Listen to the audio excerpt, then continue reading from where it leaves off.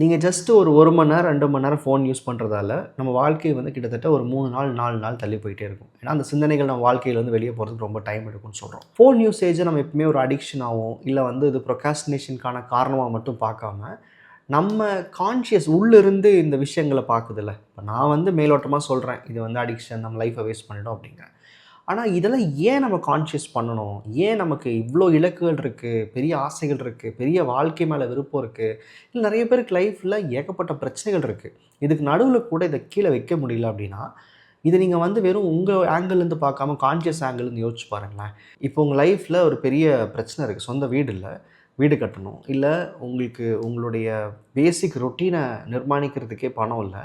இல்லை நீங்கள் ஆசைப்பட்ட வேலை உங்ககிட்ட இல்லை, இல்லை நினச்ச கல்யாணம் நடக்கலை, நீங்கள் விருப்பப்படுற மாதிரி ஒரு பிஸ்னஸை ஸ்டார்ட் பண்ண முடியாமல் வேலையில் இருக்கீங்க. ஆனால் உங்கள் எல்லார் கையிலையுமே ஃபோன் இருந்துகிட்டே இருக்கு, உங்களால் வைக்கவே முடியல அப்படின்னா கான்ஷியஸ் என்ன யோசிக்கும்?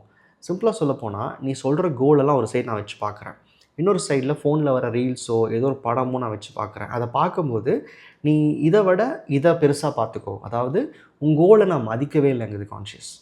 நீங்கள் வச்சுருக்கிற பெரிய பெரிய தேவைகளாக இருக்கட்டும், இன்றைக்கி நீங்கள் ஹேண்டில் பண்ண வேண்டிய பெரிய பிரச்சனைகளாக இருக்கட்டும், என்ன இருந்தாலும் இல்லைங்க நான் ரொம்ப ஸ்ட்ரெஸ்ஃபுல்லாக இருக்கேன் நான் ஃபோன் எடுக்கிறேன்னு சொல்கிறீங்களே, நீங்கள் எடுக்கிறதுக்கு காரணம் ஸ்ட்ரெஸ் கிடையாது. உங்கள் கான்ஷியஸ் உங்களை ரெஸ்பெக்ட் பண்ணலை. உங்கள் ஓன் கான்ஷியஸே பார்த்தீங்கன்னா உங்கள் இலக்குகளை மதிக்கலை.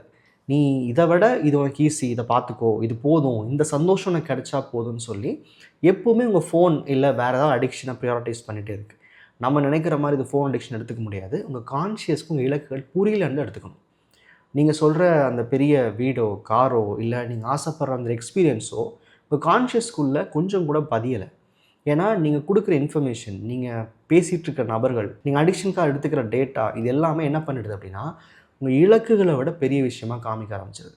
ஸோ என்றைக்கு உங்கள் கான்ஷியஸ்க்கு நீங்கள் ஆசைப்படுற விஷயமோ இல்லை நீங்கள் அடைய வேண்டிய முக்கியமான தேவையோ உள்ளிருந்து பெருசாக தெரியுதோ, இதுதான் ப்ரியாரிட்டி, இது அவசியம் இல்லைன்னு எப்போ கான்ஷியஸ்க்கு தெரியுதோ அப்போ தான் லைஃப் மாறும்.